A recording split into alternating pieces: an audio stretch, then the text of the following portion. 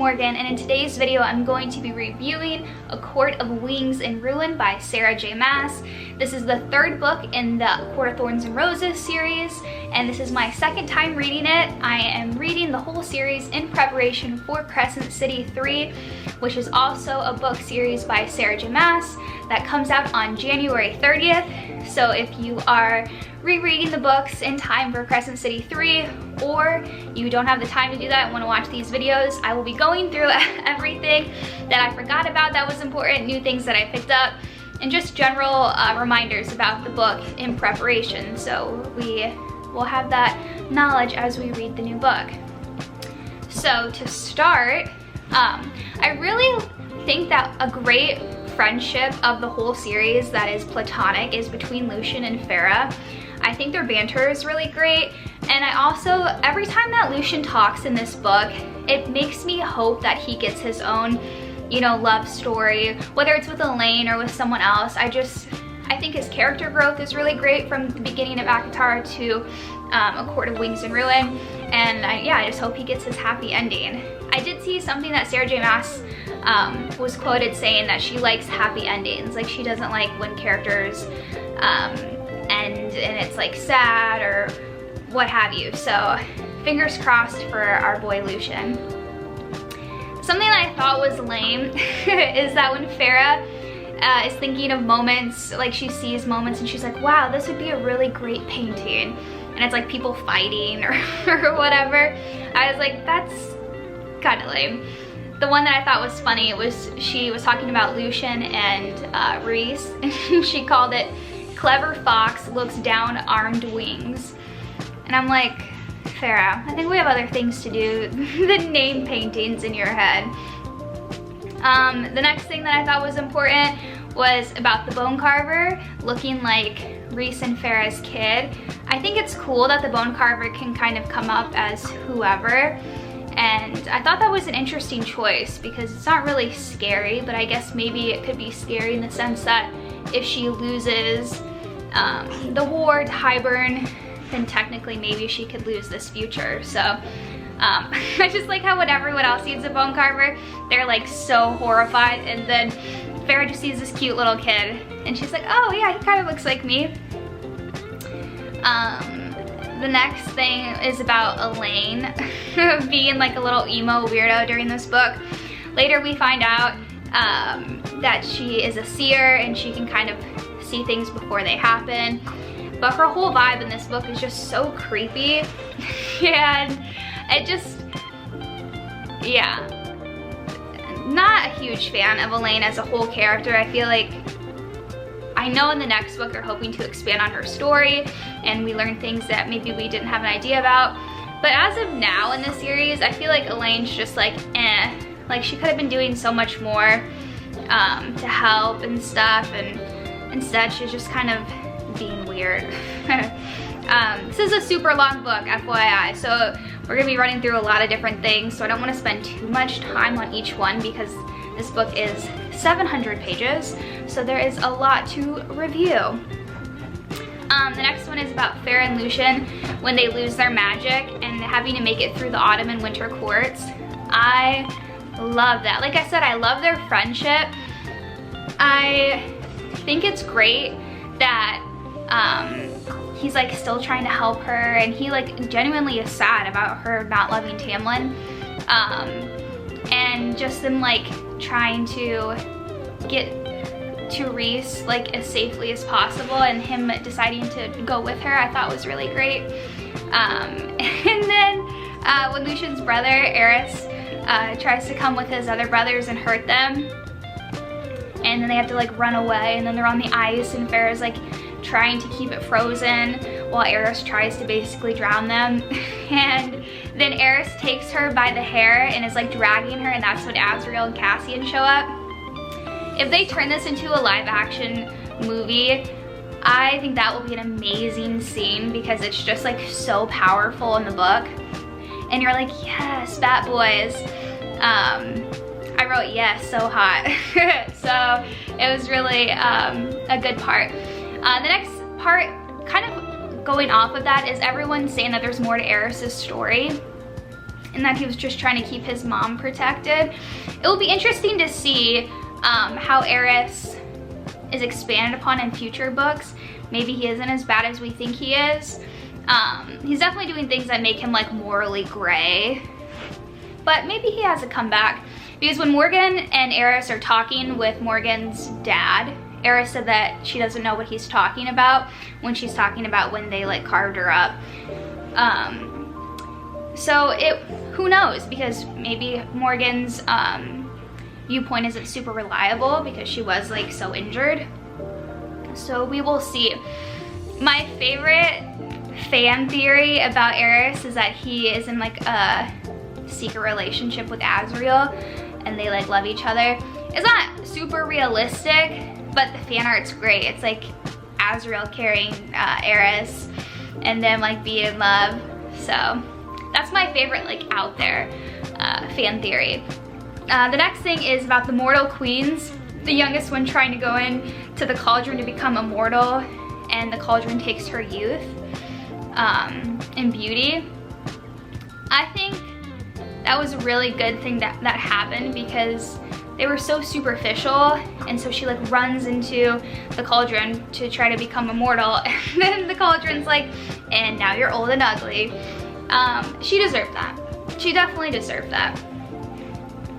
Okay, skipping a little bit, when Tamlin shows up at the High Lord's meeting, and no one thinks he's gonna show up, right?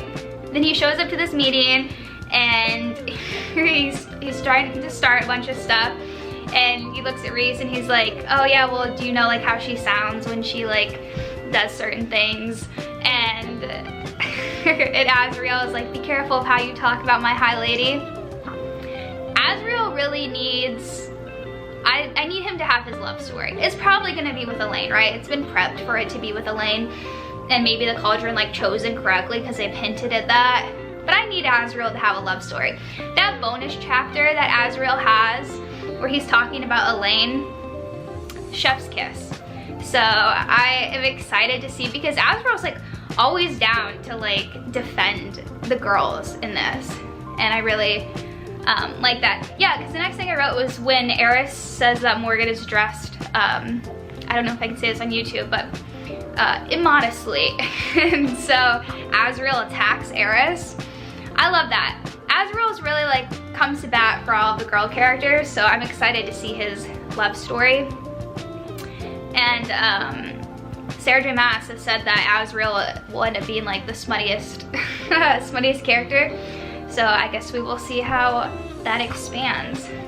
But yeah, totally don't mess with Azriel is kind of the vibe of the whole acotar series. So the next part is about Bryaxis wanting a window for their, in exchange for their, right? Because he's an entity, their help. I love that. It is very interesting, right? Because they're immortal. So I think it was like a really nice play on like the simplicities of things that like you would appreciate if you were immortal. Would be like a window to see the night sky, like things like that. Because Feyre was asking them, do you want me to break you out? And he's like, no, this is my house. And she was like, what do you want? And they were like, a window. So I actually thought it was really nice. It made a lot of sense with the whole immortal thing. Like, they don't want money, they don't want fame, they don't want power really, because they've been alive so long. So I like that. Just a nice window, someone to come talk to them. The next part that is so sad is when Ianthe and her henchmen kill the Suriel. I love the Suriel. First off, the Suriel is always down to spill the tea. And really, honestly, this is my take on the Suriel. The Suriel just like walks into Feyre's traps, like just to start stuff, you know? I don't believe that the Suriel like got trapped, you know? Like, no one can capture the Suriel, right? Besides Feyre. But when Feyre does it, she does it like, what, 3 times? It makes you think. The Suriel just wanted to be captured to spread the information. We learned that the Suriel was good and like wants everyone to leave like life better. And so I think that was really a beautiful scene. when the Suriel was dying, and Feyre's like, what can I get you? And the Suriel was just like, just stay with me to the end. That was a nice platonic relationship that the acotar series had, but that's so sad. I like hate Ianthe. Like, honestly, I'm glad that the Weaver messed her up, because she was just like such a bad character. Like, I mean, she was well written, but just like her character was so annoying. It seemed pretty superficial, which I get was the point, but it was just like, you're so unnecessary in this. So I'm glad we got rid of her. Moving on, when Elain is taken to Hybern's army, and Azriel has to go get her, and then Tamlin helps, and I'm really excited to see how Tamlin's story continues. Like, he also deserves to have a happy ending. He's not like horribly bad, he's definitely morally gray, but there are times when he does help in this book, and it makes you think that he just needs to learn. Like, he has obviously learned in this book like what people will tolerate. Even Lucien, right? Lucien's like, I'll leave you if you're gonna be a bad guy. And so hopefully he gets a lot of growth in the next acotar book. I know people were saying that maybe Gwen is his kid, and maybe it won't be like a romantic relationship he gets that fulfills him, but a father-daughter one, which could be interesting. So we'll see. I keep forgetting that these guys are like hundreds and hundreds of years old, so it is possible that they have children, even though children are pretty rare. Their dad, the Archeron's dad, coming with an army, and he names each boat after one of his daughters, and Nesta feeling like her dad finally like came through for her. I love it. Like, I love how that's written. I do think it's like not super helpful to have all these human armies, right? Because like, of course, non-mortals will like just wipe them out. So I just feel like it was kind of a waste of human life to have all these mortals come and like sacrifice themselves. But I understand that their dad needed to do that because he just like was so horrible in previous books. There's a lot of death towards the end of this, because then we move on to Rhys dying, trying to save everyone, and Feyre basically telling all of the High Lords, like, give your power, like, for real. And then they bring him back because Tamlin is like the last piece, and she thinks she's gonna have to like totally convince him. And then Tamlin's like, she's like, I'll give you whatever you want. And Tamlin's like, I just want you to be happy. Tamlin deserves another book. I think he's grown. I think he deserves to have a happy ending. So I really hope in the next acotar book we get some resolve with that. Then you have Elain and Nesta killing Hybern. I liked that, because again, I feel like Elain doesn't do anything. At least Nesta is like multi-dimensional. I feel like Elaine's just like boring. So I'm glad that she helped with that, and I'm glad that they bring Rhys back to life. And that book ends with the Bat Boys asking Rhys, like, what do we do now, you know, while we're waiting for anything else like big to happen? And he's like, we're just supposed to like be happy and live well. So I think that this book ends really nicely. Like I said, it's so long. All of that I talked through was pretty fast, and we're already at like 14 minutes. So yeah, this book is 700 pages. This is the third book. The next book is a novella because it's very short. This is A Court of Frost and Starlight. People love this book or people hate this book. I love this book. I'm interested to see if I will love it even more during this reread. This book will not take me very long to read. I'm gonna do it, it's like afternoon here. I'm gonna read it tonight and record a video about it tomorrow. But yeah, this book is like 250 pages. So if you are at a doctor's office, or you're at an appointment, or getting your car fixed or whatever, you could get through a large portion of this book. It's super cute though. I'm pretty sure it goes over Christmas time, and there's like a snowball fight, and just like, it's very cutesy. So people who really like the war books are like, eh. But people who like just like a good time and just like romance fantasy are like, yes, which is me. I'm not a big war girl. I think that war is a really strong like foundation for romantic fantasy. I wish it wasn't, I kind of like this whole vibe. We're just like hanging out, chilling. That's what I want all of my books to be, but I understand that's not the foundation for the genre.